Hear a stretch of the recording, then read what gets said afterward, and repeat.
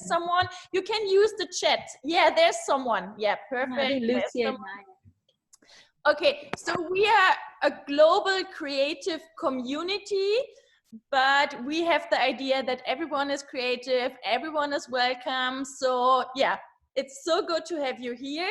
And also we were affected by Corona a few weeks ago, because normally we have a monthly event, from one person, in real life, but now it's not possible because we are all locked down. So we changed our idea and we switched to online events, and it's working quite well. So I never felt so connected to people.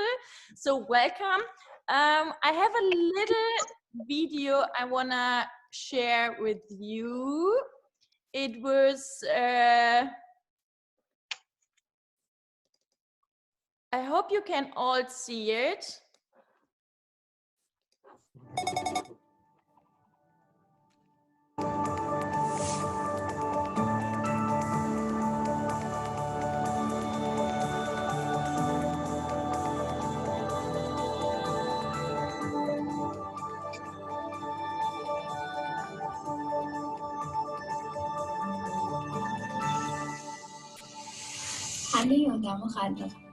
Jeder ist kreativ. Somos creativos. Everyone is creative. Une vie créative exige bravoure et action. Ärlighet och hårt jobb. We are here to support you. Să celebrăm alături de tine. E invitarte a hacer las cosas que amas.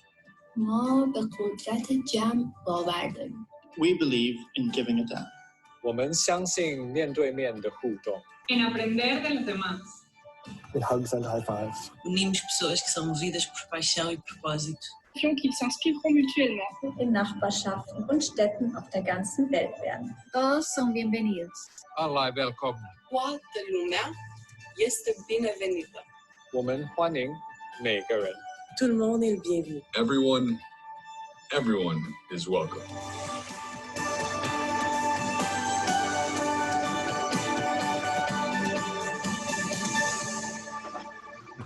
Nice.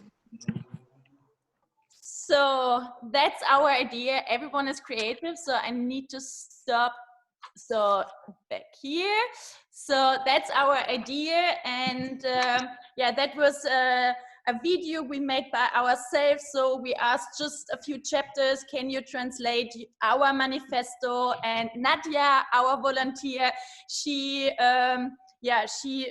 spoke in German. So yeah. But where is she today? Huh? Where's Nadia today? I think she has a digital detox week. That's what we all need.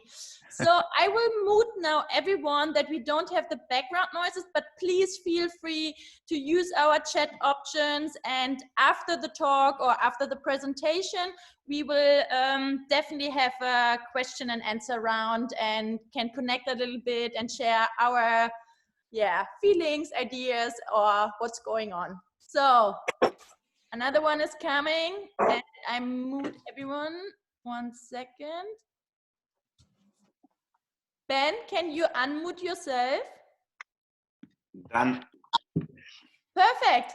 So tell us who you are, what are you doing, and where you are.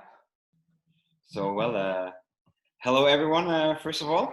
I'm Ben, originally from Germany, but I'm living in Dubai, same as Arifa. We don't know each other. And I'm working in events here in Dubai. I moved here in 2016. And I've always been someone who will love to travel and completely travel addicted. And so in 2016, I started this hitchhiking trip, which I'm going to talk about today. And since then, or even earlier, traveling has always been an important part. But not only traveling to see tourist attractions or any landmarks. It's more about connecting with the people in the country rather than chasing photos of the next statue or museum or tower, whatever. And so that's me pretty much. So tell us, was the idea born to travel to Iran and start a hitchhiking trip? So it was already my second time in Iran. The first time I traveled in 2014 for 2 weeks. Neanche una presentazione. Yeah, wait, there's someone I need to unmute. Gianluca Agliardi, can you please unmute yourself? Just muted, sorry. That's no problem. Welcome. Thanks. So yeah, it's been the second time already in Iran. Yeah. And I left Germany. I quit my job in 2015 in Germany and started to Nepal with a one-way ticket. And a couple of months later, I think 7, I ended up in Iran again. Signed up for volunteering in the first international marathon in the history of the country. And yeah, during all these months before, when I was traveling from country to country and mainly used airplanes, I had the idea, why not going back home without an airplane? By that time, I didn't know, and I had no idea where I'm gonna be when I start working on this idea of traveling towards home without an airplane. And in the end, it was Iran. And then I had the feeling, okay, let's do it from here. And yeah, it was all about the adventure and to see how open the people are, how much do I dare, how far do I go? And it was more or less all about the experience. Not everyone was happy, especially the family was a little bit concerned. If you tell them, okay, I'm traveling by hitchhiking more than 7,000 kilometers starting in Iran, the faces were a bit surprised and not in the most positive way. But I promised everyone to keep them updated, and I also had a little blog where I wrote about it and I posted on Facebook. So, but it was they 5 years ago, so there was there already WhatsApp and everything?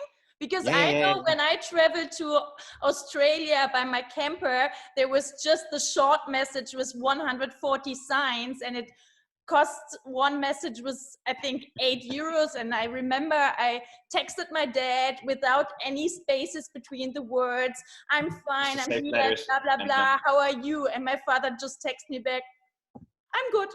And I thought, oh, that's €8. Please tell me more. So no, it was pretty easy. Instagram, Facebook, WhatsApp, and in pretty much every country I bought a SIM card for the phone, so you always also get an idea how good the network is in Macedonia, in Turkey, compared to Germany. They are quite good sometimes. So, but that gave me the opportunity to stay connected with the family and to keep everyone posted. And also it helps you on the way to Google things or to exchange numbers with people you meet along the road. And yeah, so it was quite easy.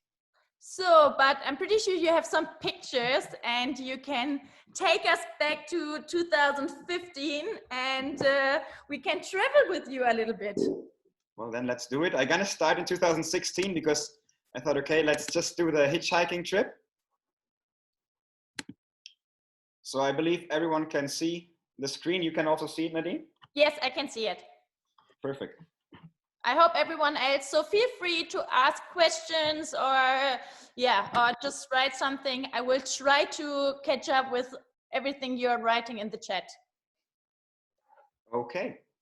Yeah, so as I said, the idea was born when I was traveling, when I started the trip in 2015. And it was all just thinking about an idea. And then when I was in Iran for preparing this marathon, the idea got more and more concrete, and I had my friends in Shiraz, which is a city in the south of Iran, and they brought me to outdoor shops, and I only had my big backpack, and then I started buying stuff like a tent, like a mattress, just to prepare myself for this long way home. And in the end, it's been a trip of 7,357 kilometers from the start in Iran until I reached home. And I started in April and I finished in May 2016.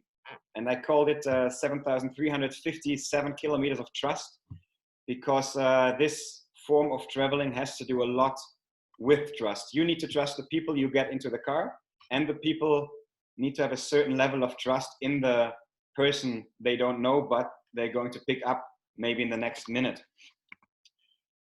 And yeah, so trust is most probably I call it the currency I use the most all across these countries. And a trip like this also shows you how traveling shapes our all personalities. Traveling has an impact with all the experiences you will make along the road and during your travels. And it doesn't have to be a hitchhiking trip of 7,000 kilometers.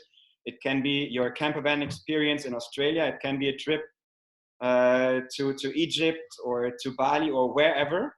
But usually you always have certain things which you realize, which you adapt, which in the end kind of shape your personality in one sense. And this is a very important part for me.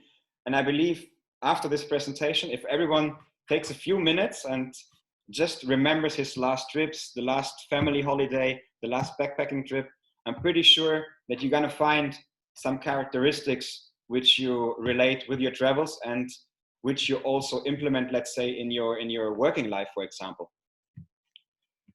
So let's start with this marathon. This was the start of one question. Why was it exactly this marathon and not another one? Was there any connection to it, or? No, I found it by accident, more or less. So it was not planned. And I saw that this marathon happens in April in Iran.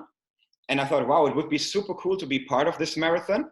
But I'm not a big runner. And after 7 or 8 months of backpacking, you're also most probably not in the condition to run a marathon, especially not in a weather condition like this. And then I found the opportunity that you could also volunteer in organizing this marathon with an international group of people. Okay. So I found this quite interesting with my events background, and then traveling and this whole thing of being open-minded and a lot of nationalities and cultures. And it's the first time for the country, so it's also something special which they need to explore. And yeah, then after a few emails, I became part of this whole team. So that was the first marathon in Iran? In the history of Iran, the first international marathon in the history of Iran. And this was the starting point in Shiraz, which is a city south of Iran. And the guy's explaining the people the idea of clapping your hands and giving applause to motivate the runners. And yeah, after all the work which has been done to organize everything, this has been quite a strong emotional moment for everyone, and of course also a historical moment for all the runners, for the organizers, and especially also for the spectators along the marathon track. Do you know how many people participate?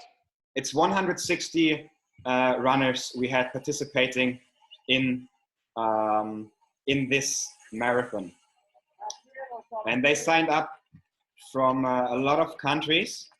And to be more specific, they signed up from 26 countries. Oh. We had the normal marathon distance, 160 runners from 26 nationalities, but we had 0 Americans. There have been applicants from the US, but as we all know, unfortunately, the situation and the relationship between these two countries is not the best.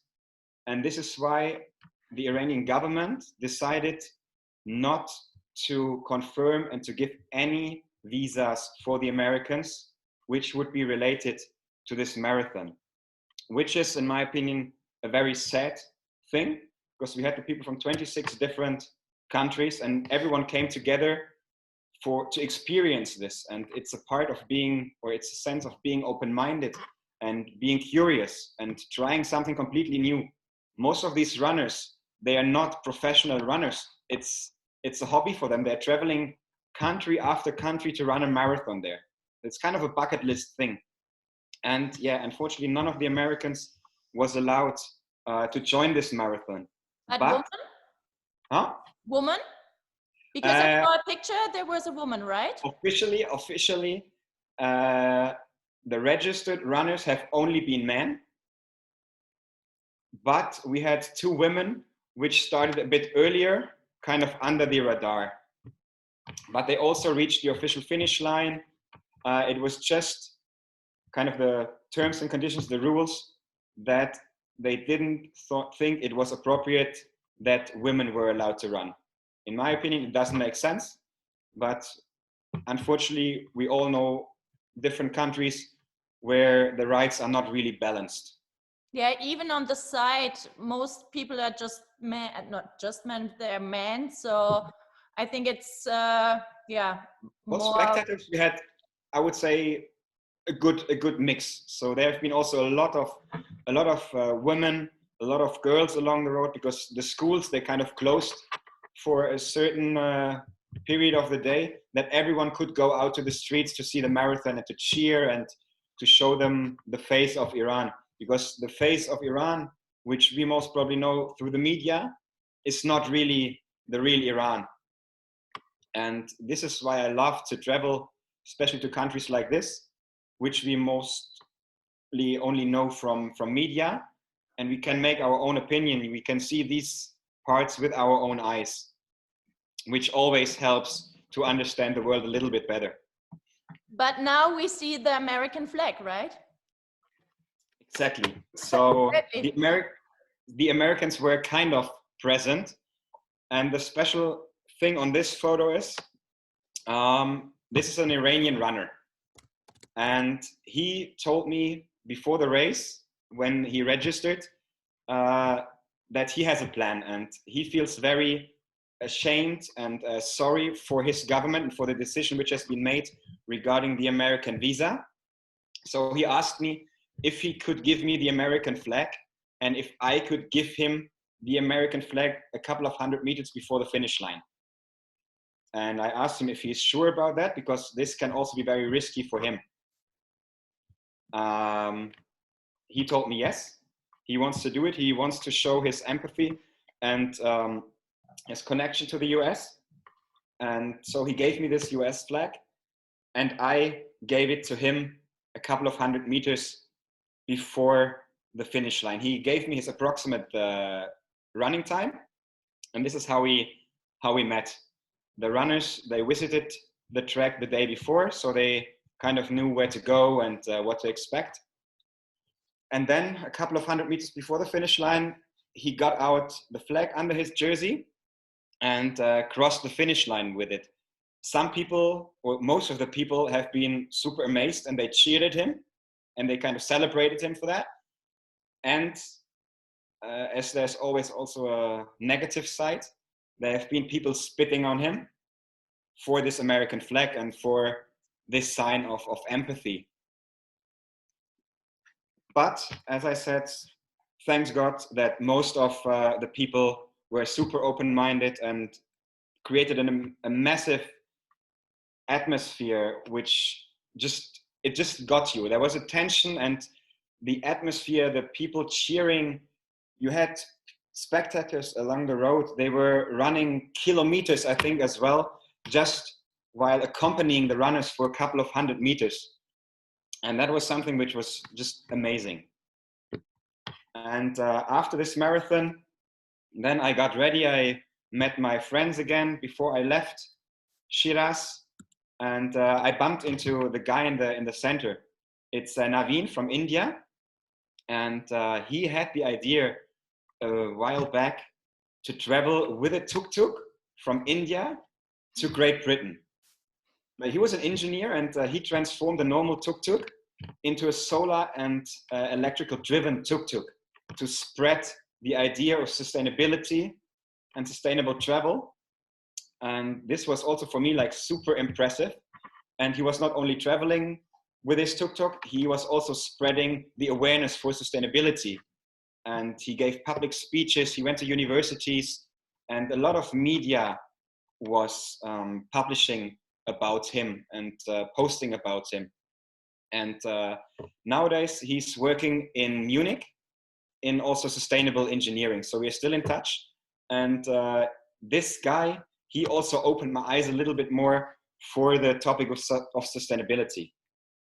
I love the idea about the sustainable tuk-tuk. Why is it not really a startup idea? That's a good question. So maybe we have someone in this chat who writes down this idea now and is doing a research later on. I mean, you can rent your tuk-tuks in Sri Lanka or elsewhere, but not the solar-driven ones. Yeah, traveling around New Zealand and Australia, not in a camper van, in a sustainable tuk-tuk. That's the idea. So you met. Exactly. And we met in Shiraz a bit later. We met again in Tehran, and we're still in touch. He visited me in Dubai, I think 2 years back. And yeah, his idea has just been very, very impressive, and very, very fascinating to do something like this. But then we get into the main adventure, which was the hitchhiking. And that was the first day when I started the whole thing in the Koran Gate, which is an important landmark in Shiraz. I had my backpack around 20 kilos, tent, everything with me. And then, I just hit the road, thumbs out, and I prepared some signboards. And faster than I could expect. I've been already in my first transports, and these are just two of the photos from some people who gave me a ride. How long did it take to get your first car ride? I think the first one was 5 minutes. It was super quick. And so people weren't surprised. Is it common in Iran to travel by car or hitchhiking? Hitchhiking is not that common. Usually they pick up each other and they pay small notes, like very small cash. But the idea of proper hitchhiking is not that common or prominent, let's say. So these four guys, that was quite funny because it reminded me a little bit to an old cowboy or Western movie. So I was standing on a roundabout in the middle of nowhere, and the car passed, and then they stopped, and then like super slow, like in slow motion, all the four doors opened at the same time. And as I said, it's like in a cowboy Western movie, this moment when these guys, when they leave the saloon and challenge each other on a duel with their guns, like everything happens very slow, and the music and the doors open, and they looked at me and like, "Are you a hitchhiker?" And I was like, "Yeah."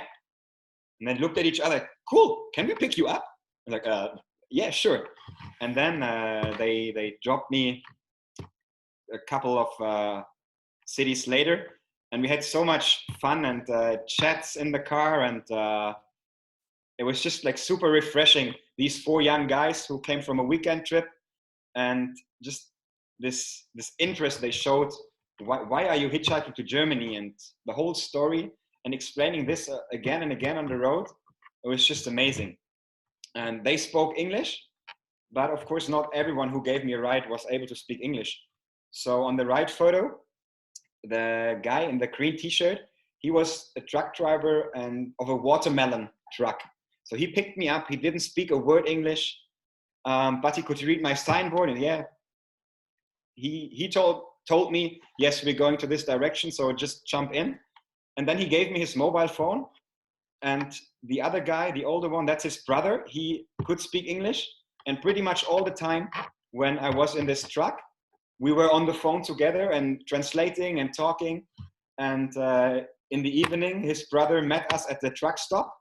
We had, I don't know how many more watermelons, playing football, and they hosted me overnight. So the way I spent my nights was mainly in my tent with couch surfing hosts. I'm pretty sure everyone is familiar with couch surfing. And, or in very little case, I booked myself a hostel room if I had to get my laundry done, or if I had to get a proper shower or a bath, to have this small luxury, then you choose some hostels. So we have two questions. So you never felt uncomfortable or unsafe, or how do you know you can trust these people? Because Yeah, so in my case, as a woman, when I would join a car with 4 guys I've never met in my life in a country, I've never spent more than maybe a few weeks, I would feel a little bit uncomfortable. So what did your gut tell you that these guys are good guys? I always listen to my belly. So when I talked with the people first, like the first few sentences, I kind of had this feeling, okay, yes or no. And with these guys, they just seem to be like super funny and okay, let's do it. But I also had a few cases where I just didn't have a good feeling, and then I didn't get into the car. Then I told the people, you know what, I just need to go back, I forgot something, or whichever reason. But there have been a few cases where I said, sorry for stopping, but it's not the appropriate place where you're going, the city or whatever. And I didn't get into every single car which stopped. And as a woman, would you make a difference then? Because there was also the questions, if there's a difference between a man and a woman, doing hitchhiking in countries like... I also met quite a few ladies who were doing hitchhiking, and solo or 2 ladies together. And they kind of told me the same. They're also listening to their bellies and to their feelings, if yes or no. And they also, what they told me, they took photos of the number plates where they got into the cars, and they sent the number plate and the destination where they got into the car to some friends to keep them kind of posted as a safety net. So that was the first days, because the question about couch surfing, there was one lovely Lucia, she answered the question. So so that were your first days, right? And then? Exactly, the first few days. And then I also did a small bicycle tour, because one of the hosts, he gave me and another guy who also got hosted by him a bike, and here, just if you want to explore the area a little bit, go ahead. So we're cycling around the village, and then we met this Sherpa who was around with his motorbike, and he invited us into his little shed or shelter, however you want to call it, man-made, natural built small place which gave him a little bit of shade.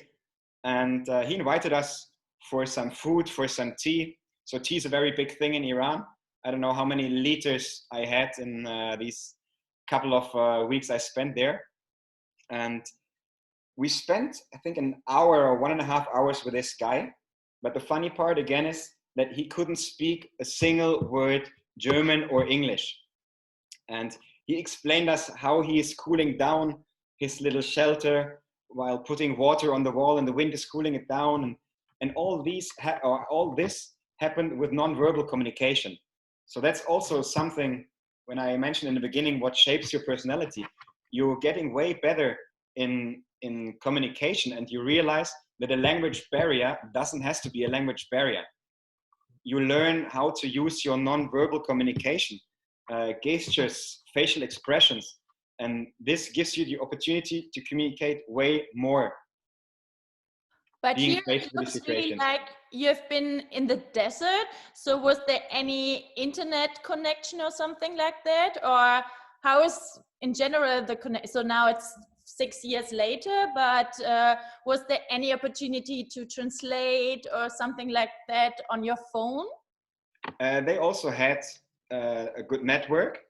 I got a SIM card. A friend of mine bought a SIM card for me and registered it. And I just topped it up all the time. And then I had my data, and I could Google and translate and whatsoever. But this scene in this afternoon, we didn't use any language translation apps or anything. It was really just like this non-verbal and trying to explain and express with whatever you have. What's your daily budget, money-wise? Oof, that was a good question. Because there are a lot of people who are doing a trip with like the €1 budget trip or something like that, or I started I with didn't 10 have euros these. and I ended up 3 years living my best life. So was there something that you said, or that's my budget and I'm traveling as long as the money leaves, or something? Well, I also, when I left Germany, I had a freelancing job from September to February, which helped me a little bit to plan, a bit better with a budget, let's say. But I didn't have the budget that I say, okay, I cannot spend more than 20 or 50 euros a day. And it was the same for the hitchhiking. Whatever I spent. And this hitchhiking was not a big luxury trip. I think the most money I spent was for food, for SIM cards and mobile data, not for transport, obviously.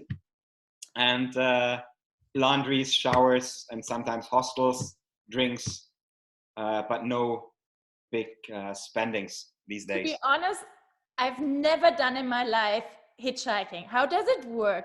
Do you pay these drivers, or is it? No. How does it work? No, right? No, they just pick you up. You stand on the road, you show your thumb, you show a signboard, and they stop if they're interested. And most of the time, they kind of, that's what I realized, they stop and they want to pick you up because they want to listen to your story. So what are you doing? Why are you hitchhiking? Why are you not taking the bus? And this is exactly why I wanted to do it, to meet the people. And I did it already 2009 in New Zealand for 2 weeks on the Southern Island. That was a first hitchhiking experience. And I also picked up hitchhikers in the past. And so this is somehow a little bit the connection. So after a few hitchhiking trips, you would really say it's all about connecting to people, hearing their stories, and because I've never done it in my life, so I'm just curious. But the first hitchhiking trip, was it for you weird, or is it not really like strange to stand at the side of the street and just asking for a ride? Well, it was not planned in New Zealand in 2009. I wanted to rent a camper van with a friend in New Zealand while we've been still in Australia, but then he lost his work and travel job down in Australia, and so he didn't join me to New Zealand, and I didn't want to pay for the camper by myself. And then I did the relocation, which means I was dropping a car for a car rental company from one city to another. And I thought, okay, let's try doing this for 2 weeks and traveling around. And on this 24-hour, in this 24-hour time frame, which I had to drop the car, I picked up a hitchhiker. And this is how the idea started again. And the next day after I dropped the car, I just tried it. So the guy was your destiny? Kind of, yeah. Kind of. Do you know if it's illegal in some countries to do hitchhiking? I didn't hear about it, but I'm pretty sure you're gonna have some countries where it's restricted or forbidden, or has a kind of a bad taste for the cultural behavior. I'm pretty sure there are these special countries, let's say. Yeah, but back to your trip, because there's also one question. Did you plan certain things, or how did it work? So you really choose everything in the morning what to do, or was there some goals, or what was the plan? In the beginning, the only plan I had was from Iran to Germany. How long? I don't know. Doesn't matter. I didn't have any pressure in timings. What's the exact route? Wherever the guys are driving to. So I kind of had no plan. I was completely flexible. Go with the flow. Exactly. Completely going with the flow. This changed for certain circumstances while I was doing the hitchhiking. So then I had some, let's call it deadlines until when I had to be somewhere. And this had an impact in the end of the whole trip. So, but I limited myself a little bit, but it was my own decision, and it was for good, because the reason why I had to change, or why I changed a few things, is sitting next to me, and now she's my wife. So I think it was. And it was your wedding. Yeah, how you say, wedding anniversary yesterday, right? 1 year. Congratulations. Exactly. So. So she had an impact on the go with the flow thing in the end, but it's completely okay. I still had a lot of fun. In Iran? No, I met her in Dubai. Ah, okay. Because before I got into Iran in 2016, I was in Dubai, and that's when I met her, and then things just kept rolling, and then different ideas came up, different deadlines, and so you speeded up a little bit your trip. A little bit, yes. A little bit. So back to this desert. So that was the desert, and then? Yeah, then. So now people are curious to hear your love story. So that's the next event. I think we're gonna roll out this story a little bit step by step. Okay. Because I think I can use certain photos as well for it. Okay, perfect. Go on. Yeah, then I met a lot of people on the road, old friends, new friends, who got me into this culture of Iran. And the first 1, 2, 3 photos are friends from 214, which I met, which supported me on this hitchhiking trip with their culture, with knowledge, with buying stuff. And then I've got the couple on the right bottom corner, and they have been my couch surfing hosts. And they showed me how just warm and welcoming the Iranians are. And they organized a super adventurous day for me. We went hiking, we went to this go-kart track, and the guy next to me, he's the owner of the go-kart track, and he was so fascinated. I, as a tourist, go there to do a go-karting day, and then he offered me a challenge, and we did a race against each other on the go-kart track, and we ended up again with having one tea after another, and he showed me photos of his travels to just a very limited number of countries, because it's very hard for Iranians to get visas. And I showed him photos of my countries, and I told him about this hitchhiking, and it was just a super interesting conversation of this character of being open-minded and very welcoming. And yeah, being open-minded led me also into this situation. I was with a guy in the car, and we just had to stop for some gas, and somehow I ended up in this kitchen, and they explained me how to prepare the bread, and yeah, I ended up for 5 or 10 minutes preparing the bread with these guys. And these are exactly the situations which I was talking about in the beginning. If you're open-minded and you go towards the people, you talk to them, and then you got into super interesting and weird situations which you would never plan. And the next encounter was again one of those. That was Aziz, and he picked me up near Khoi. This is in the north of Iran, a little bit in the west towards the Turkish border. And my plan was on that day to reach Turkey via the border in Razi Kapkoy, it was the name, because I had a couch surfing host for the evening, and she was kind of waiting for me in the city in Turkey. But I ended up with Aziz, and again another tea at his place, and then he said, okay, let me drive you to this border. It was a 40-minute ride for him, but there was no way that he didn't get me to this border. The only problem was the border was closing at 6 p.m. And after we left the house, I get into a small football match with the kids in front of the house. Then on our way to the border, we stopped at all the shops of his friends, and I felt all his friends got to know me this afternoon. And yeah, as I said, the border was closing at 6 p.m. and that meant 6 p.m. sharp. we arrived at 6:10 at the border. Yeah, of course. And Murphy's Law. I tried to talk with the guys. There's no chance. Then I felt super bad for Assis. And I said, okay, just leave me here. And I'm going to camp here somewhere. And I'm going to cross the border tomorrow morning. And he was like, no. That's not a good idea. Also, the guys from the border control, they were not really happy with my idea of wild camping next to the border. So Aziz told me, you know what? I'm going to bring you to another border. And this border was Barzagan. That's the northern border, which is mainly used for all the traffic going in and out of Iran and Turkey. And he wanted to get me out of this region where he was living because the PKK, the Kurdish Labor Party, it's a bit a tricky area to be there, he told me, for people who are not from the area, because there's some conflict sometimes. So he wanted to bring me out of this area.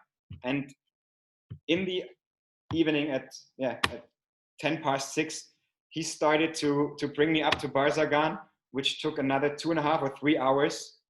And I felt very uncomfortable because he, on the other hand, felt sorry. And he thought it was his fault that we didn't reach the border on time because he introduced me to all his friends. So that's why he just got me into his car again, and we drove all the way up to Barzagan. And that was my first border crossing.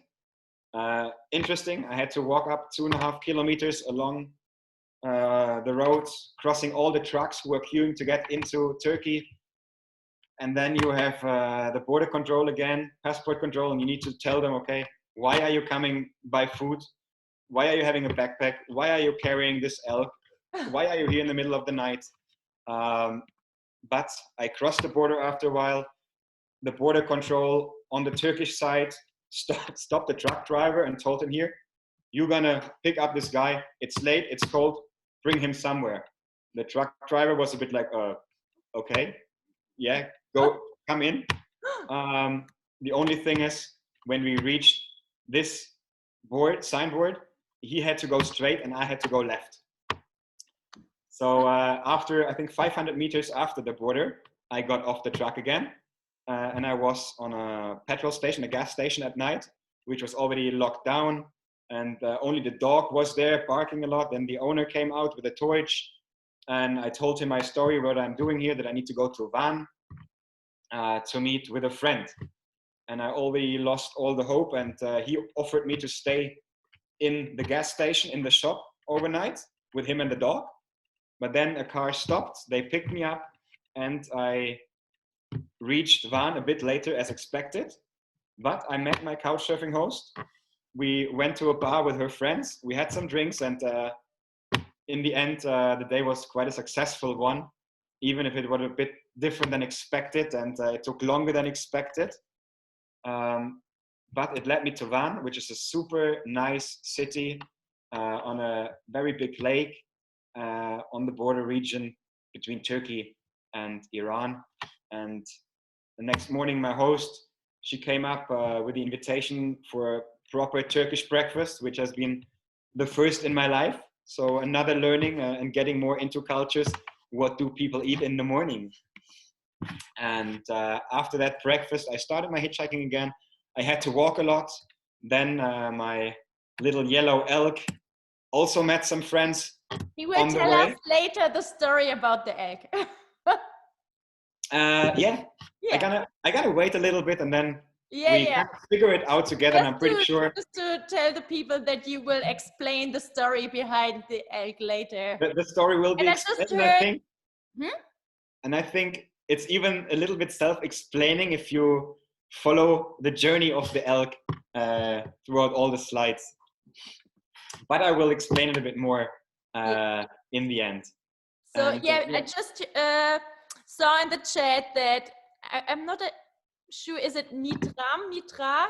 She's from Iran, and she said she enjoyed the part of Iran. So thanks a lot. The locals. I'm happy for that, and it's always nice to talk about this topic. And I think it was back in 2016, I think, summer 16. I had a presentation in Cologne actually, where I was only talking about my travels to Iran in front of a travel community.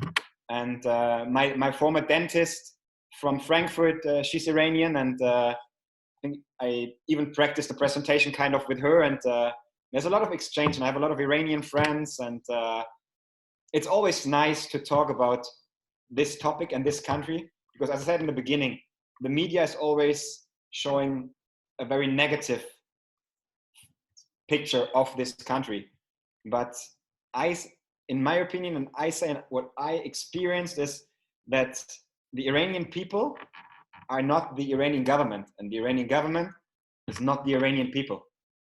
So you would definitely recommend to visit the country? Yeah, I've been there 3 times now. In 2017, I went back for a weekend to visit a friend for skiing. Yeah. And I'm constantly in touch with my friends there. Just 2 days ago, I had a call on Zoom with a friend from Shiraz.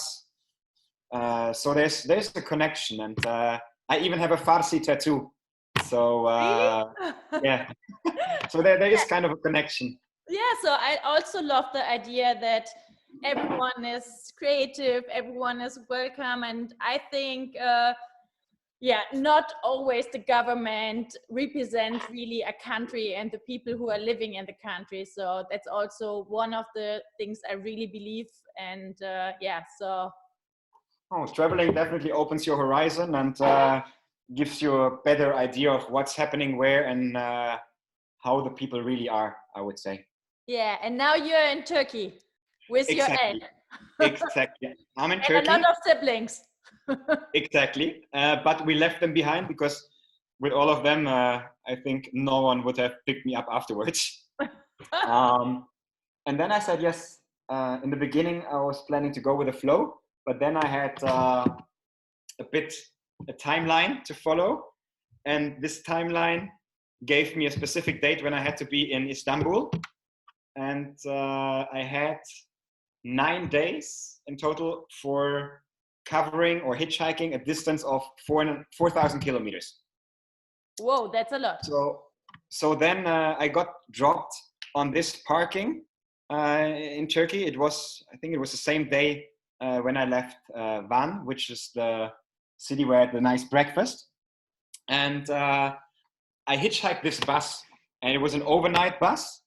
And I have no idea how I managed to get into this bus, because everyone in the bus paid obviously, and they gave me a ride for almost 800 kilometers overnight. It was not really what I planned from the beginning, because I wanted to travel slow and with a lot of different people.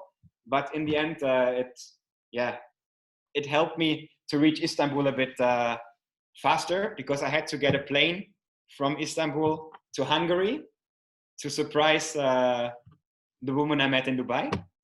And then I flew back to Istanbul to continue the hitchhiking, because I said, even if I do this quick break in Hungary, I'm not hitchhiking from Hungary. I'm going back to Istanbul, and I do the whole trip again. So I stored my backpack and everything in Istanbul at the airport. So I had to come back, and I only took a small backpack and my inflatable elk with me. But for love, you have a good excuse to have a short break. Exactly. I think it was quite good. And but before I reached the airport and I catch the plane to Hungary, I reached Istanbul. And as we all know, Istanbul connects Asia with Europe. And this was a super special day for me, and I would say a day of reflection, because by that time I was traveling for 7 months, and mainly in Asia, only Asia. It was Nepal, it was Malaysia, Indonesia, Myanmar, Thailand, Cambodia. So I got a little bit sentimental and also excited in the same way. What's coming next? And it was a very, very emotional day of reflection, and you realize what you experienced and how grateful you can be that you were able to travel like the way I did, and for all the encounters, all the people, all the experiences.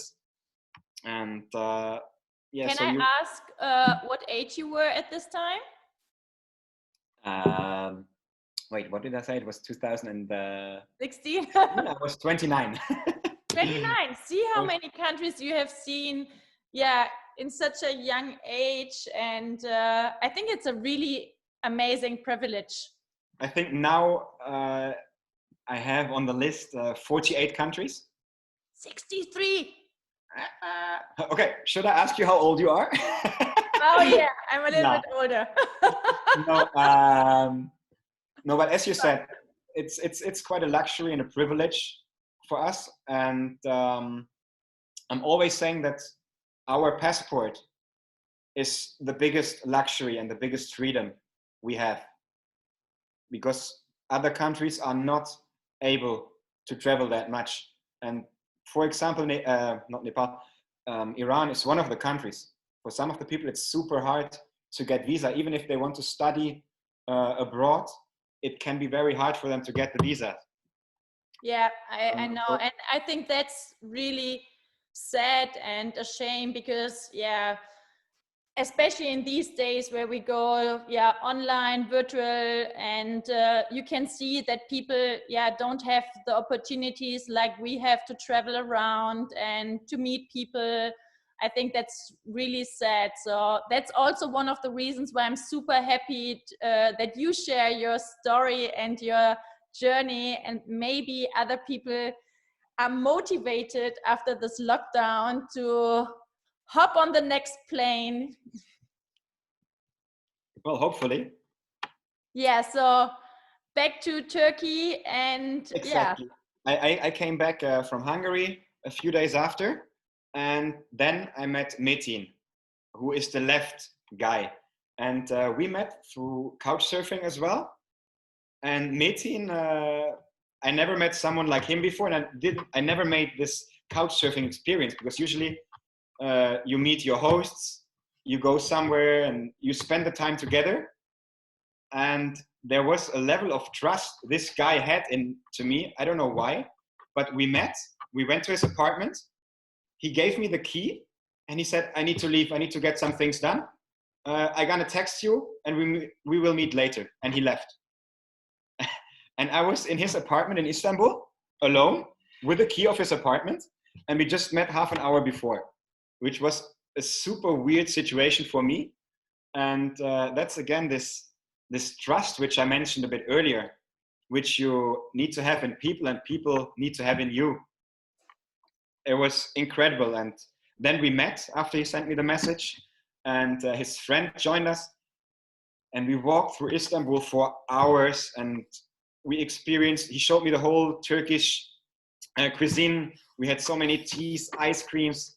He showed me the whole Istanbul, I felt like, and I don't know how many kilometers we walked this night, but that was super, super interesting, and just another level of trust, which I never had before like this. And then out of Istanbul, these two photos, super nice. On the left, exact.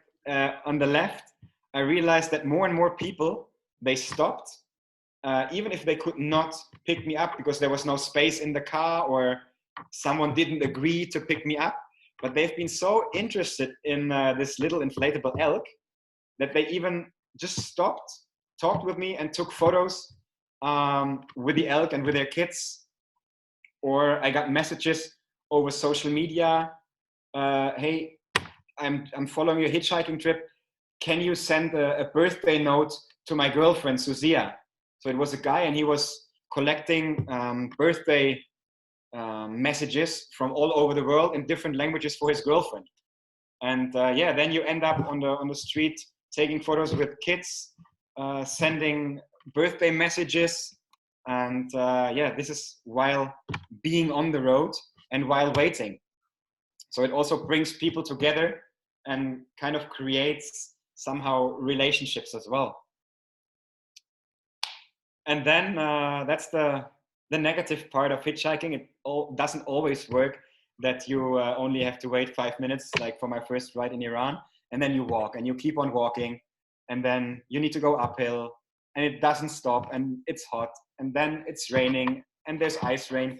So you go through all the different ups and downs, and from super happy to being depressed, being pissed, being demotivated, being completely soaked, and it's a lot which you experience and you go through on a trip like this.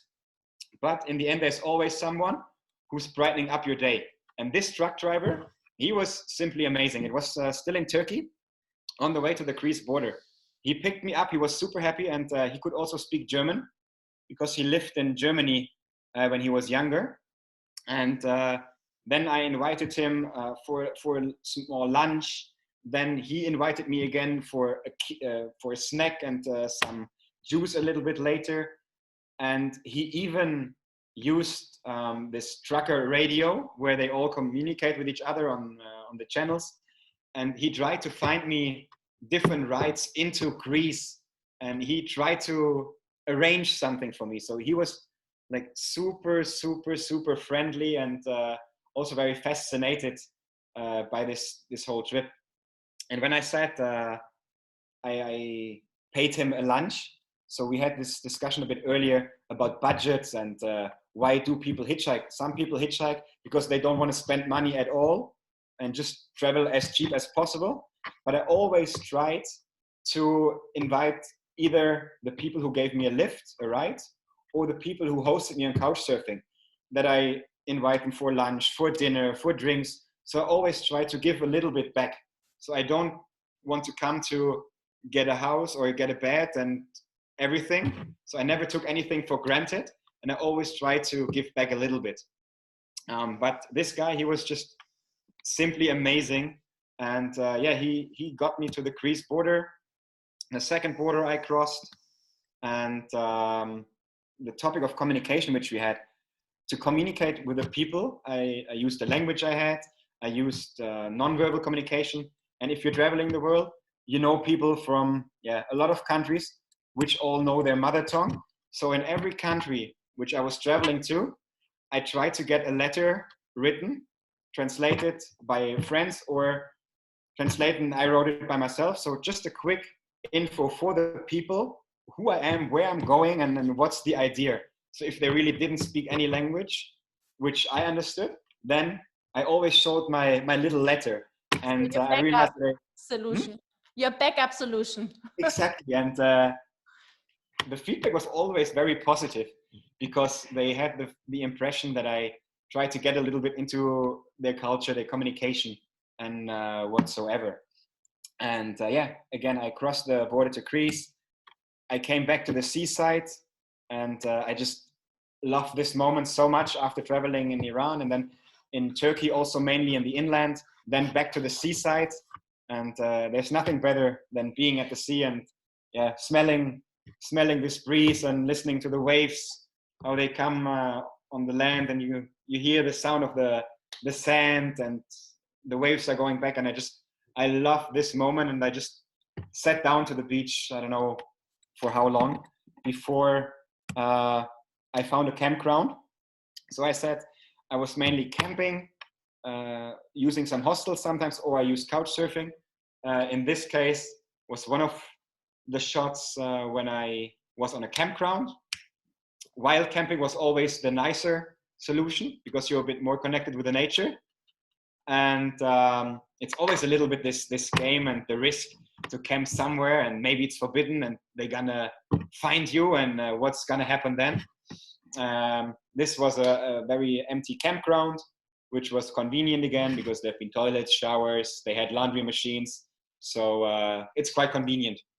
So it was always wild camping, couch surfing, hostel in a few cases, or camping on a campground like this. It was also showering. It's also a common question. Okay, how many times do you shower? Because people don't want to pick up stinky people, huh?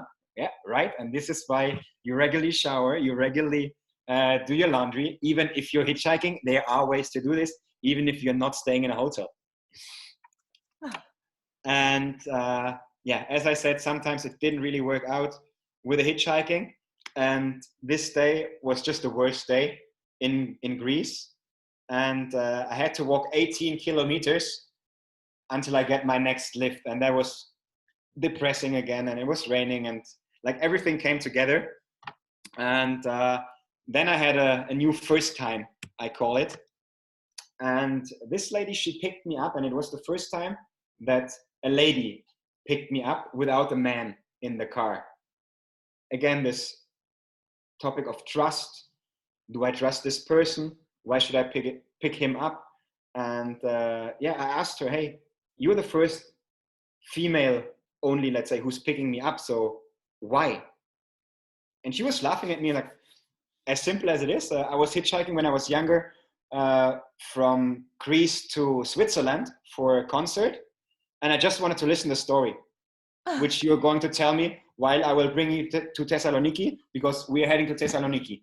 And yeah, we had a very, very interesting chat in the car. And this ride ended up in her mother's home, who prepared lunch for us. And her mom was 93 years old, still living on her own, and super independent. And we also had a lot of laughers with her mom. That was Thessaloniki. And then I was heading up north direction Macedonia. And then quite a funny thing happened. Back in Frankfurt, I was doing some self-defense, and a friend of mine, I was training with her, and she's originally from Greece. And she also followed my journey on social media. And I know that she is Greek. And at one point, she told her parents that I'm hitchhiking and that I'm on the way to the Macedonian border. So she shared kind of all my social media posts with her family without me knowing it. And her dad kind of started looking for me on the road. And when he finally found me, like, yeah, where are you going? Well, just north direction Macedonia. Okay, jump in. And then he showed me a photo after a while. He showed me a photo on his phone, and it was my friend from Frankfurt. It's like, no fucking way. Such a serendipity. And I was like, I'm still getting goosebumps if I'm talking about it. And yeah, so I ended up in her family's house where she grew up. We called her in the evening immediately, and I stayed with them I think 1 or 2 days, and they showed me their local markets, and we were talking about the life in Greece. We had a lot of ouzo as well, and I stayed in the kids' room of my friend where she grew up, and there was again so much hospitality and a welcoming feeling which you receive from strangers who become friends so fast. And I had to give something back. They didn't accept money. I couldn't invite them for lunch or anything. So I just got into the garden and I started cutting their grass. He was yelling at me, yeah, stop. So no. So I always try to give a little bit back. But these are the days why it's worth to wait for hours for the next ride. Yeah, I think these are really the moments why it's so good to connect globally and to meet other peoples all over the world. Exactly, I totally agree. And then I reached Macedonia, and I reached Skopje, which is the capital, quite fast as well. And yeah, here on this photo, we see a lot of color, which is not supposed to be there. And it was in April 2016 when protesters hit Macedonia's capital, Skopje, with paintballs. And they also put soap in all the public fountains. And they call it the colorful revolution. And the whole city was washed in paint. And it was quite funny to watch. And it was a protest from the people against government corruption. So the country's president by that time, he pardoned dozens of politicians who had been implicated in several affairs which have not been appropriate and as per the law. And that was their way of protesting against the government. So it was for me super weird to walk across the city and seeing the color on all the monuments, on the buildings, on the streets, still color and bubbles in the fountains. And then the locals explained me what happened there. So that was also something which you never planned to get into something like this. But then you dive a little bit into this topic, and it was very interesting after. And it was Skopje, and Skopje was like super surprising me. And the city of Skopje got introduced to me by Steffi. We found each other as well on couchsurfing. So she offered being my tour guide. So couchsurfing doesn't always mean that the people host you, but they also, if they cannot host you, they offer you to show you around, to have a coffee, to have a drink, which is also super nice to connect with people. And so she showed me around that day. And it was a bit funny after a while, because I realized that she was very, very flirty and gave some naughty and very intense comments sometimes. And I thought, okay, that feels a bit weird. But she showed me around the city and everything. And Skopje is quite famous or interesting in that sense. If you're in the modern part of Skopje, and then you cross the old stone bridge, it's called, and then it feels like a little bit traveling in time, because then you're from this modern neighborhood, you get into the old bazaars and like fortresses and monuments, and it's like a city with two different faces, which is super interesting. And Steffi showed me a lot and explained me also a lot. And in the end, she also told me, with all these flirty comments and naughty comments, that she's learning German and she wanted to train a little bit in case she finds a guy where she needs kind of German flirting skills. So it was a bit a weird moment, but in the end we had a big laugher. And she's not your wife. No, she's not my wife. There was nothing at all. She was just a tourist guide. 1 second. So then from Skopje, I went out and also had a little bit of look at the nature in Macedonia. And Macedonia was one of the countries which impressed and surprised me the most, because no one most probably knows about the country, but it's a beautiful country with a beautiful countryside, beautiful history. So it's also worth to travel to Macedonia. And from Macedonia, the next country was Montenegro. And I reached Montenegro on the 1st of May, which is in quite a few countries in Europe. It's the Labor Day. And it was also the day of the Orthodox Easter celebration. That's why I'm having an Easter egg on this photo. So I reached the campground in Budva in Montenegro. And the owner of the campground came and he brought me a beer and an Easter egg. It was morning still, so I'm not sure why he came with a beer, but well, it's never too early for a beer, we say, no? You're from Germany. Yeah, maybe that's the reason. Frühshoppen. I just say Frühshoppen. Exactly, and then he told me here, if you're hungry, just go around the corner. And I thought, okay, there must be a restaurant or something. But on his campground, there was a family from Serbia, and they just prepared their Easter treat. And so they invited me for lunch and for some slivovitz, so also their local homemade spirit. And from there, I wanted to walk to the next gas station, because if you hitchhike, gas stations are always kind of key spots where you can get a ride, because people stop, you can get in touch with them. And I was walking towards the next gas station, but then I bumped into these guys. They were actually yelling at me when I was passing by the bar. And the guy in the center, it's Andre, and they were celebrating the first anniversary of his bar. And this afternoon got a little bit out of control, I always say. There have been a lot of shots involved and all possible things you can take or not take, and stories were told to each other from football hooligan times in Serbia and Belgrade. And it was just a massive intense afternoon. And but at one point, I had to leave. Otherwise, this would have gone in a completely wrong direction. And he invited me again for the big celebration in the evening. And I was like, no, I will see if I can come back. But I had to go to the next city because there I booked a hostel to do my laundry again and the boring things, let's say. So then at one point in the early evening, I reached Kotor, which is a super, super nice and interesting city in Montenegro on the Adriatic coast.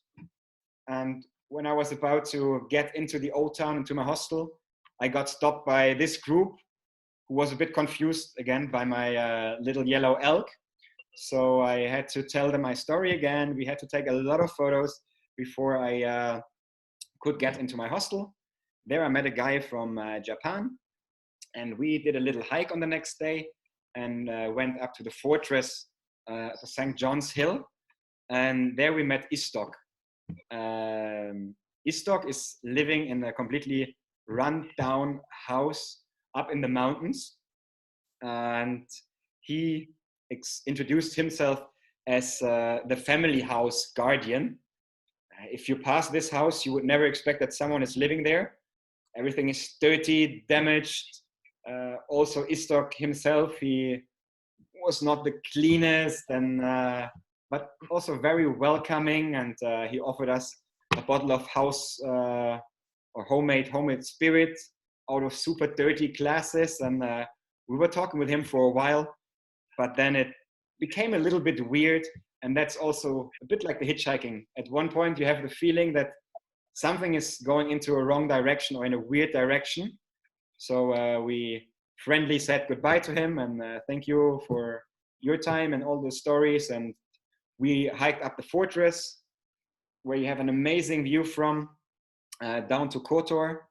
And I already said that Macedonia impressed me a lot, but also Montenegro did the same. I can just recommend, if you're looking for some new Euro trips, visit Macedonia, visit Montenegro. It's beautiful. The people are amazing. They have good food.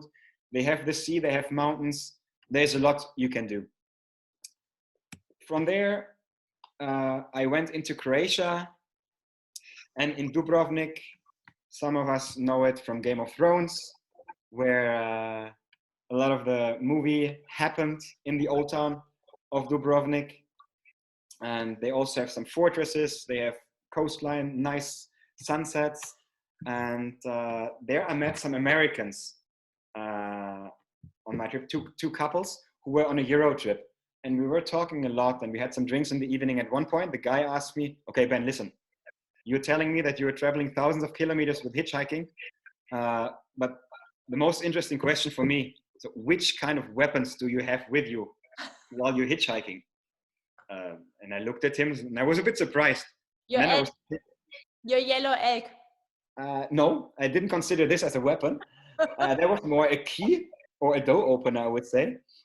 I had my Swiss Army knife with me, but I also didn't consider this as a weapon. And I told him, well, the Swiss Army knife, but it's not a weapon. I did some self-defense a couple of years before, so maybe I could help myself and defend myself in the worst case situation. And then he looked at me and he laughed. And like, here, I would always have a roll of toilet paper and a lighter with me. And if the situation would become weird in the car, I would lighten up the toilet paper roll, and would throw it in the leg space of the driver. And then I think he would stop. And I was like, I think I was speechless for a couple of seconds. Okay, actually it makes sense. But I still decided not to do so and to always. That's why we are running out of toilet paper right now. No, it wasn't me. Just looking for the toilet paper, so okay. Yeah, so it was quite an interesting story and the question which I never got asked before. And then I continued the whole thing up north in Croatia, crossing the border of Bosnia-Herzegovina. And as I said, sometimes you just need to be a bit active on the street to get the attention of the drivers, and sometimes they stop and sometimes they just don't stop. And if you have these moments where you're waiting and you're looking for the next ride, then you meet people who are doing the same like you do. This guy, he was participating in a hitchhiking challenge. So it was, I think, a 24 hours challenge from Montenegro to get to Prague and to have a coffee in a specific coffee shop. And then you need to keep the receipt and you need to come back. And you need to try to manage this in 24 hours. So I never knew that these kind of hitchhiking challenges exist. Are you still there, Nadine? Because now I see someone. Okay, perfect. Everyone sees. Okay, perfect. And then I met Ivan. And Ivan was crossing Croatia with his chicken bus. So he was either transporting a lot of chicken or even more eggs. And if you have a look at the bottom of the door, that's exactly how the bus smelled as well. But nevertheless, it was quite a funny coincidence with Ivan, because he told me that his daughter, she was living in Dubai until the end of 2015. And the end of 2015 was pretty much the time when my wife, when she moved to Dubai. So it was also a nice connection, which I kind of had with him, because I already met her by that time, and we had a little bit to talk about in terms of Dubai. Then from Croatia, I made it to Austria, and that's another wild camping spot close to a gas station on a truck stop. And then that's also how we met. If you remember DNX in Berlin. Yeah, that's how we met. That's now the conclusion how we met. Just in case you ask yourself, how did she met Ben, or how ended Ben up in this presentation? I went to the DNX in Berlin, which is a digital nomad conference, and I was supposed to meet a couple of friends there. And so from that time, it was just important to get faster to Berlin, and then from Berlin also back to my hometown, because the lady I visited in Hungary, she was supposed to be in Germany mid-May. So I kind of got another deadline. But on the way to Germany, as I said, I crossed Austria, and on another gas station and a rest place, I met these guys. And they just came from a weekend of hiking in Austria, in the mountains. And they live in a small village called Putzleinsdorf. They have, I think, 1,500 inhabitants. And when I told them that I'm coming from Iran, they kind of lost it. You should have seen their faces. And then they told me, okay, listen, we're going to pick you up, but we need to have a beer together and we need to talk about this trip. So we ended up in the small restaurant, which was in the middle of their small village. In the beginning, we have been 7. In the end, we have been 20 people, one beer after another. And I had to tell all the stories I had and everything which I experienced and all the adventures along the road. And I think it was clearly the case that, I've been the center of this village in this afternoon. But I had to leave the village and I had to cross the border, and I had to get closer to Germany and a bit faster. So in the end, because you had the love deadline. Exactly. And these guys told me, okay, we're gonna arrange a transport for you to the border. So they arranged a driver who was sober, and this driver dropped us to the border, which was just a few minutes away from their village. And now I need to apologize because now I'm playing a video which is in German, but I will try to do a little bit of simultaneous translation and also explain afterwards what the video was about. But I think even if you don't speak the language, again, the topic of language barriers, but I think if you just listen to it, then you can feel a little bit what happened. So it was the last border crossing for me, and I wanted to take a last selfie video of crossing a border. it was already the middle of the night, and already a few beers for all of us. And then I crossed the border. Über 7 Monate sind vorbei. 7 months of traveling are gone. Hier ist Österreich. Austria. Hier ist Österreich, Oberkappel. And then there's verdammte Germany. Scheiße. Verdammte Scheiße. Von Oberkappel geht's nach Kappel. So from Austria to Germany. Und ich bin wieder in 7 Deutschland. months come to an end, and now I'm back in Germany. Scheiße. And now check what's happening in the background. Da ist Kappel. And I was completely focused on zurück. this video, on this emotional 7 moment. Monate sind vorbei. Über 7 months Jahre. are gone. And I didn't realize what Und these jetzt hab ich guys are doing in the den background. geilsten. Ich habe hier gerade den geilsten Grenzempfang. Ich habe hier gerade So den these guys, geilsten Grenzempfang. which I met Die geilsten Jungs. a bit earlier this day, they went to the restaurant, which was right away on the German side, and they wanted to prepare this warm welcome for me, and they secretly got some beers, and then of course we ended up with this, yeah, same here again. Yeah. So it was about the welcoming part, that these guys who completely made my day, and they went into this restaurant and they got some beers. We went into the restaurant, and the same what happened in their village a bit earlier the day happened again in this restaurant. So all the people gathered together, and I was telling all the stories again, and I think we ended up quite drunk, so not sober at all, let's say. But I still had the problem that I had the time pressure, and they told me, well, there's only one road, and whoever will cross this road will pick you up, and you can go to the next village, and you can get closer into Germany. You can camp there. And so I kept walking again through a pitch black street in the forest. And at one point, I realized that there's a blue flashing light behind me. And it was a police car passing by, and then they stopped. And they got out with the torches, and they looked at me. And they asked me, okay, are you okay? I was like, yes, I'm okay. So again, I had quite a lot of beers. It was 1 o'clock in the morning. I had a massive backpack. I had a yellow elk with me. So they asked me where I am coming from, and I told them, Iran. Okay, again, you should have seen their faces. So they asked me for my passport, for documents. I showed them my passport. Then I showed them my little elk. I showed them a few photos. And I thought, okay, cool. I've got my next ride to the next village where I can just put up my tent somewhere and sleep a few hours and continue walking and hitchhiking next morning. Nope. They didn't pick me up. They told me, if you want us to give you a ride, you need to do something which is inappropriate and against the law. Otherwise, we cannot take you. Like, seriously, guys? Well, so I didn't hitchhike a police car in the end.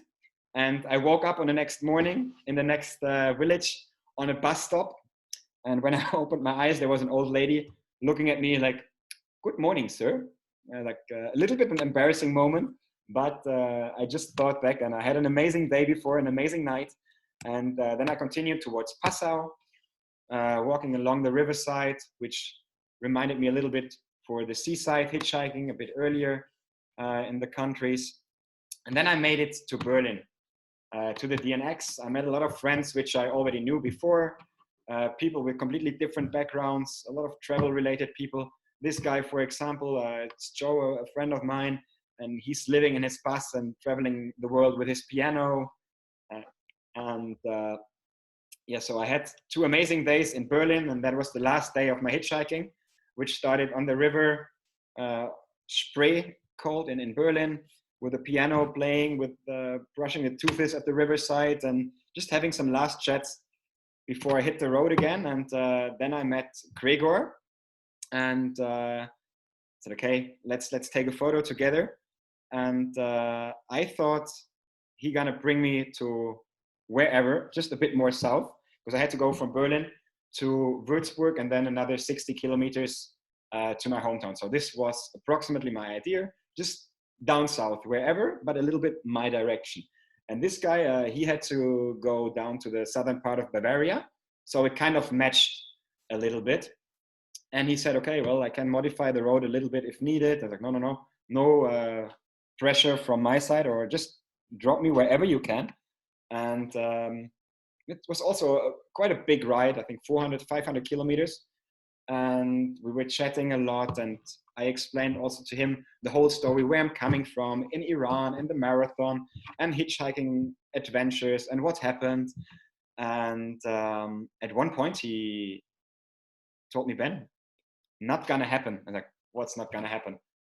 Well, that I just drop you somewhere. And then we passed the gas station, which I thought, okay, just drop me somewhere there. And then he called his girlfriend and told her, listen, I'm not coming for dinner. I need to drop someone.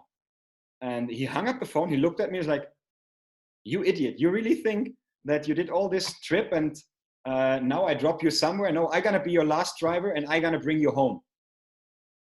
And I was like, oof, wow. Speechless again. And yeah, he changed his route for quite a few kilometers, and he dropped me home. But I told him there's no way that you drop me home, which means the house of my parents. I need to walk these last couple of meters, kilometers. And so I did. It was 6 kilometers walk, I think. Most probably the most emotional 6 kilometers I had on this trip. I took a lot of, not a lot, it was one video, selfie video again, and again reflecting and recapping the whole 7 months. And funny thing is, my family didn't know that I'm coming home on that day, so it was also quite a big surprise. And yeah, then I reached my hometown, and 7,357 kilometers, 36 days, 11 country borders, 59 hitchhiked vehicles, no police car, unfortunately. 48 kilometers I was walking on the whole journey, and I had a waiting time of 1,856 minutes. And I tried to take a selfie with all of the drivers who gave me a ride. Just a very low, small number didn't want to take a photo, but that's a very nice connection to this whole trip, and it's a nice recap as well for this hitchhiking. Because if I look at all the photos now, like all the stories are coming back a little bit, and I'm getting back into this trip. And yeah, as I said a little bit in the beginning, how traveling in general introduces us to different characteristics. It's helping us to understand the world a little bit better, and it's shaping the personality for different reasons. And these are a few things, and I'm pretty sure if you think back to trips you did, you're gonna reflect and you're gonna find yourself with a lot of connections to these words, which are just listed under being open-minded, the communication skills, non-verbal, language barriers. Some travels make you really grounded, and you remember where you're coming from. You're becoming grateful and humble, reverent. There's so many things which you can relate to traveling and experiences while traveling. And then you can also reflect this to your work life, because you need to have certain communication skills. You also need to be humble and grateful. You need to be stress resistant, empathic. So there's so many connections where you can build a bridge between traveling and your work environment and your job and your task which you need to do. And this whole trip started with me with being open-minded and also this grateful aspect. And this little animal for me is the best memory I have, because when I bought it, it was plain, let's say. And then that was on the last day of my hitchhiking. You can see a lot of names and everything on it. And my idea was that everyone who's giving me a ride, who pays me a dinner, or who's hosting me, needs to write his name or small wishes in his own language on this little elk. And this little elk is still at my parents' place in Germany. And this little elk was even part of our wedding ceremony last year in Hungary, because traveling was always an important part for my wife, for myself. And yeah, traveling makes you understand the world a little bit better, And most probably it's the only investment which does not depreciate. And that's why I'm always saying, and I love to use this quote, I'm pretty sure some of you know it, it's from Steve Jobs, from a speech which he did at Stanford University in 2005, stay hungry and stay foolish. And he meant it in a way that you should never be satisfied and you always need to push yourself a little bit. And the stay foolish part means that you need to keep yourself driven, and you need to be willed to keep going ahead and do things where people think you can't do them or you shouldn't do them.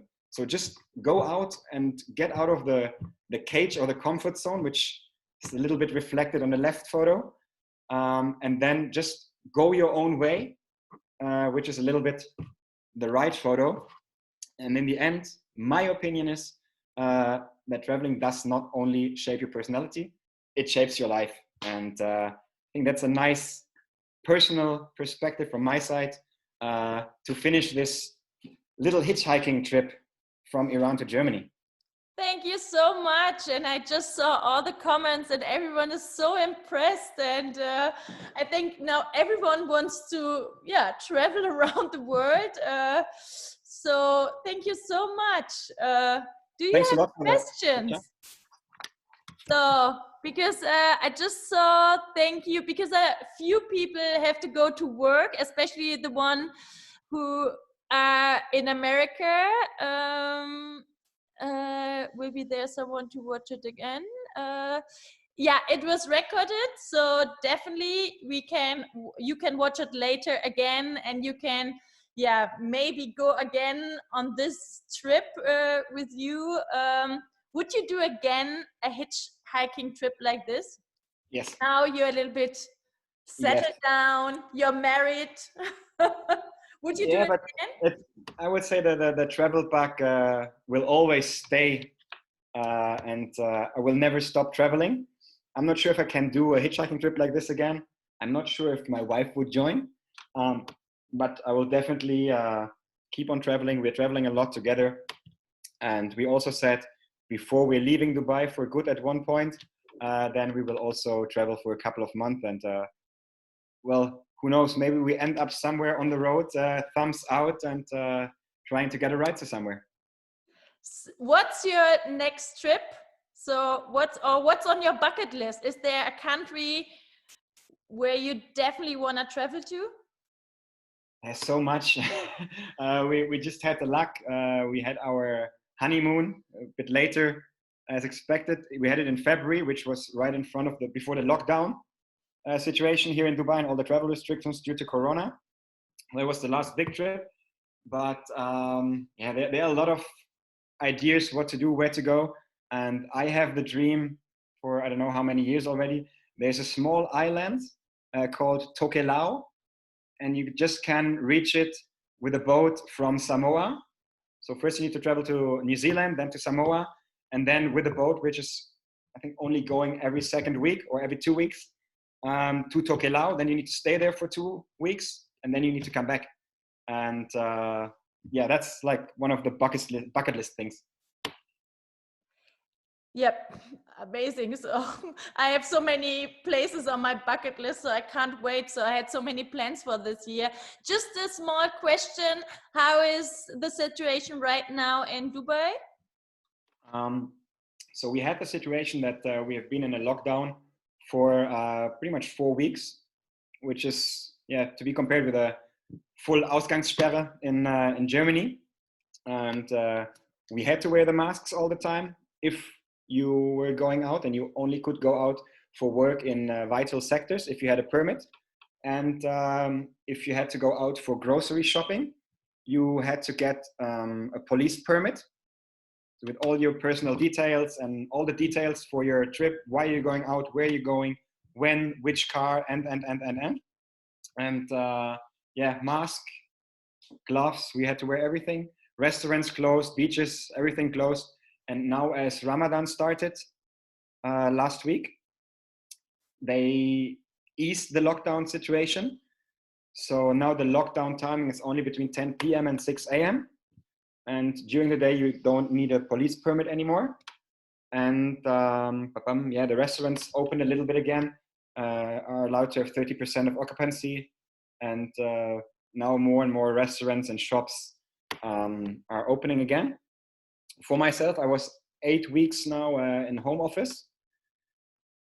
This week I'm off, and next week we're starting again in the office, but only a very limited number of people, and then also wearing masks and following all the regulations from the health authorities. Yeah, so let's cross the fingers that yeah, this really weird days will be over soon, and yeah, I'm just missing my hugs and my high fives. So Exactly it's nice to have virtual events, but it's also nice to have a real live hug. So I can just say everyone is saying that it was an amazing journey with you, and thank you so much. So if there are no more questions, I would say enjoy your wedding anniversary. Have a glass of champagne with your wife, and we see each other. So next week, and we are traveling to Russia. So if you want to join, feel free. What's the best way to connect with you? I think it's Instagram, right? Yeah, they can text me on Instagram, they can find me on LinkedIn, Facebook, whatsoever. If anyone has any questions, just please feel free. Don't be shy. Thank you so much. And yeah, maybe we can have one last picture. So if you want to switch on your camera, then we can maybe have a last picture for the community. Yeah. Yeah, I see lovely faces, so many lovely faces. So another camera. 3 more, then we have everyone. No? Okay, let's. Hey! Perfect. Thank you so much. Stay healthy, and Thank you. And see you soon. Have a nice evening, amazing day, and just stay healthy. Take care, guys. Thanks for listening. Kisses. Yeah, Küsse and everything. Bye-bye. Bye-bye.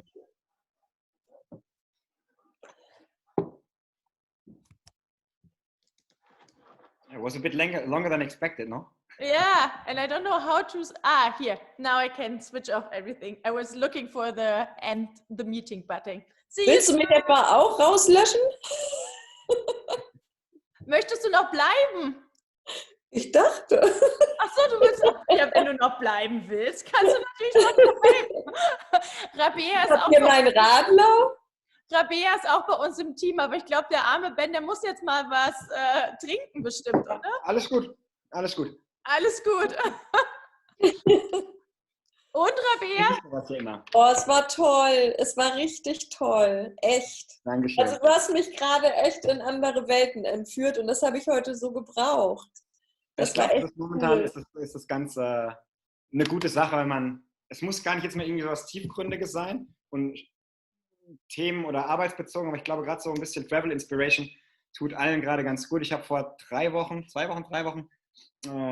teamintern eine Präsentation gegeben, eben so ein bisschen mehr auf dieses Thema How Traveling Shapes Your Personality und dann wirklich mit spezifischen Fotos, aber weltweit, jetzt nicht nur von diesem Hitchhiking-Trip, die dann wirklich so eine gewisse Aussagekraft schon haben in dem Foto.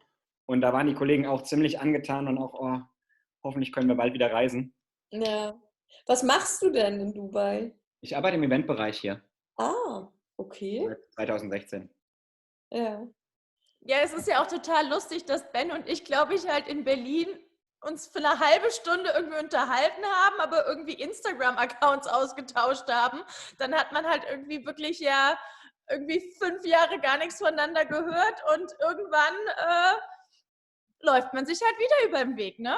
Also Nadine, ich bin immer wieder beeindruckt, wo du alle Leute ausbuddelst. Weil das ist echt so, dass ich immer denke, weil wir machen das ja jetzt echt schon lange und ich mich immer frage, wo du die ganzen Leute herbekommst. Und das ist natürlich auch, wenn man jetzt sowas sieht, ne, dann denkt man natürlich auch so ein bisschen an seine eigenen Reisen und es ist immer toll, ne? Also es ist immer toll, was man so für Erfahrungen macht. Und man versucht es ja auch selber dann anzunehmen und offen zu sein. Und ja, ich finde das einfach toll.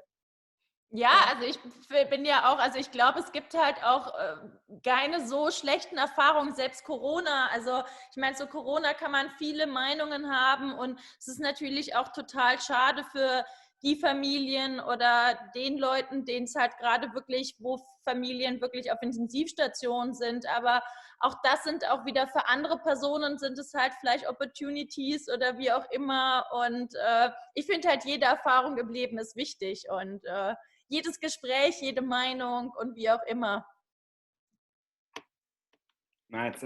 Ich erwische mich auch selbst momentan relativ oft dabei.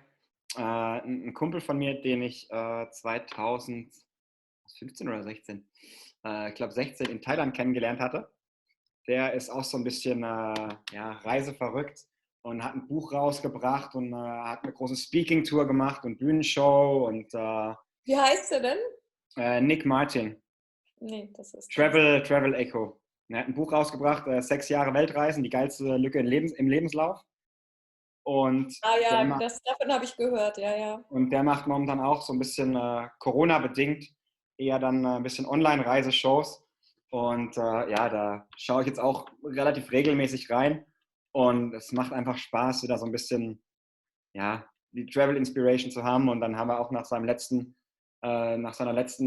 Live-Präsentation waren wir, glaube ich, auch nochmal, keine Ahnung, 3 Stunden auf Zoom und nochmal was getrunken und erzählt und noch so ein bisschen zurück, was haben wir damals alles gemacht in Thailand, oh je, und witzig. Und das ist schon ganz angenehm dann. Ja, und wie gesagt, also ich hatte auch richtig Gänsehaut, als du dieses Video gezeigt hast und die Jungs dann nochmal von hinten kamen und dir das Bier gebracht haben. Und ich meine, das ist ja halt auch das, ich glaube halt auch, also ich bin ja auch alleine durch Marokko, Algerien gereist und natürlich gibt es natürlich auch Schwedinnen, denen dann Wochen später was nicht so Schönes passiert ist. Sie sind halt umgebracht worden, aber die waren natürlich auch da auf dem Atlasgebirge campen gewesen. Ich weiß nicht, ob ich als Frau das unbedingt so alleine machen würde, da im Atlasgebirge zu campen. Aber ich bin halt mit einem günstigen PKW, habe mir immer wirklich gute Hostels, wo ich auch wusste, da ist eine Adresse dahinter, ein Kontakt hinter. Ich glaube halt auch, dass die meisten Menschen, also ich glaube trotzdem, dass die meisten Menschen auf dieser Welt einfach gutmütig sind und sich halt auch freuen über andere Storys, Leute kennenzulernen, Kulturen kennenzulernen. Und leider wird ja immer wie du ja auch gesagt hast, über den Iran, ne? Die Presse vermittelt uns immer was ganz Schlechtes über den Iran. Aber ich glaube, das ist halt ein Bruchteil vom Iran. Richtig. Und ich habe ganz oft auch Leute getroffen, die dann quasi hinter den verschlossenen Türen mal eben wirklich ihre Meinung rausgelassen haben über ihre Regierung. Und wenn sie das öffentlich tun würden, dann wären sie wahrscheinlich schon nicht mehr da.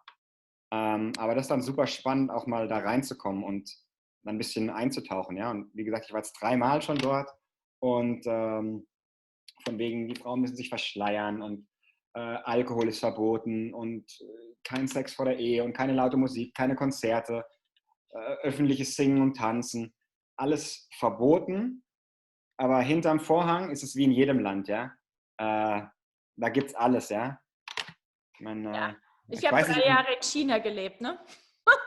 Zum Beispiel dieses Auto mit den 4 Jungs ganz am Anfang, ja. Nach, ich glaube, 15 Minuten war da das Eis so gebrochen, dass einer von hinten eine Schatulle vorgegeben hat und da lagen auf einmal 5 Joints drin, ja. Und das halt auch im Iran. Und der Iran ist eines der Länder, das mit am meisten Cannabis anbaut, ja. Also das ist dann auch so gegensätzlich irgendwo, ja. Oder dann mit dem Kollegen, mit seinem Solar-Tuk-Tuk, den ich in Teheran wieder getroffen habe. Da habe ich bei einem Freund gewohnt, den ich 2014 kennengelernt hatte. Und der hat halt auch dann mehr oder weniger so selbstgemachten Wodka zu Hause, ja. Und dann haben wir da auch ein bisschen was getrunken abends, dann war die Flasche leer morgens um 1. Dann ruft er jemanden an und eine halbe Stunde später steht da jemand mit 2 neuen selbstgebrannten Flaschen, ja. Offiziell alles verboten, aber im Endeffekt, Ja. Gibt immer vor der Tür und hinter der Tür. Aus. Das macht den Reiz aus. Richtig. Ja, Rabea war ja jetzt einen Monat auf Sri Lanka gewesen. Ja. Ich bin echt froh, dass ich das noch vor dem Lockdown hingekriegt habe.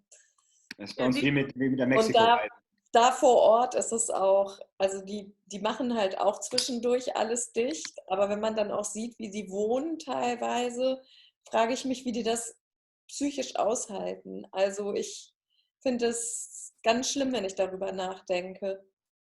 Ja, Also, ich denke, das Schlimme wird ja jetzt erst kommen. Ich weiß nicht, ob du da, wie das bei euch da ist, Ben, ob ihr da Erfahrung habt. Aber ich glaube, dass das, wenn Corona wirklich nach Südafrika kommt oder in Richtung Mittelafrika kommt, das ist halt eigentlich das Schlimme halt, ne? Weil da bin ich halt einfach mal gespannt, ne? Da gibt es keine Intensivbetten und wie auch immer und da gibt es keine Hygiene und wir waschen uns jetzt alle 2 Minuten mal die Finger und wir machen jenes und was auch immer. Also ich glaube, das ist die größte Katastrophe. Ich meine, es hier im Mittleren Osten, da haben die Leute zum Beispiel auch Riesenangst, wenn das Virus richtig ausbrechen würde in Syrien, in Jemen oder in Libyen. Dadurch die ganzen Bürgerkriege und Kriegsherde hast du da halt auch eine Gesundheitsinfrastruktur, die quasi nicht existent ist, ja. Und ein Kumpel oder ein Bekannter von mir, den hatte ich 2018 in Kenia kennengelernt. Also meine Frau fliegt für Emirates, wenn sie fliegen, aktuell fliegt sie nicht. Und deswegen habe ich dann auch immer mal wieder ein bisschen günstigere Konditionen zum Fliegen. Und dann bin ich mal ein Wochenende mit nach Kenia geflogen. Und dann sind wir in die Slums von Kibera. Und es ist nach den Favelas in Rio, ist der zweitgrößte Slum auf der Welt, glaube ich. Und ich bin dann auch vorher über Instagram, bin ich da mit einem in Kontakt gekommen, der da eben soziale Projekte vorantreibt und die Kids quasi von der Straße holt und versucht auf einen ordentlichen Weg zu haben.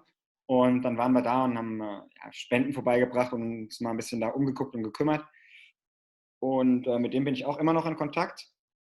Und die hatten jetzt in den Slums Wasserstationen aufgestellt zum Händewaschen und Desinfektionsmittel verteilt. Und die Kids von seinem Fußballteam sammeln den Müll ein in den Slums vor den Häusern oder Wellblechhütten, um da irgendwie ein bisschen die Bewegung der ganzen Familien da ein bisschen einzudämmen.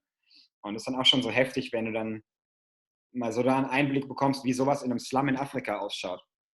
Ja, ich habe auch gesehen, dass die Leute da ja jetzt wirklich anfangen, Panik zu schieben, zu plündern und wie auch immer, weil die alle von der einfach Hand in den auch, Mund. ja, Da ist nichts mit Sparen und du bleibst jetzt mal 2 Wochen zu Hause vom Arbeiten. Wenn ich da 2 Wochen zu Hause bleibe vom Arbeiten, dann verdiene ich kein Geld, habe ich nichts zu essen. Und das ist die gefährliche Sache in Afrika, weil da eben dieses Hand in den Mund ist und da gibt es keine Unterstützung wie jetzt in Deutschland, zum Beispiel mit einem ganzen Sozialpaket. Hier die ganzen Filipinos, zum Beispiel hier in Dubai, da hat der Präsident der Philippinen, der hat ein Paket beschlossen, dass jeder Filipino, der im Ausland arbeitet, umgerechnet knapp $200 bekommt, was für die relativ viel Geld ist schon, ja. Und da ist auch noch so eine Hilfe gegeben, aber dann hast du halt, wie gesagt, Länder in Afrika und das geht dann einfach ziemlich daneben, wenn das dann da irgendwann ankommt.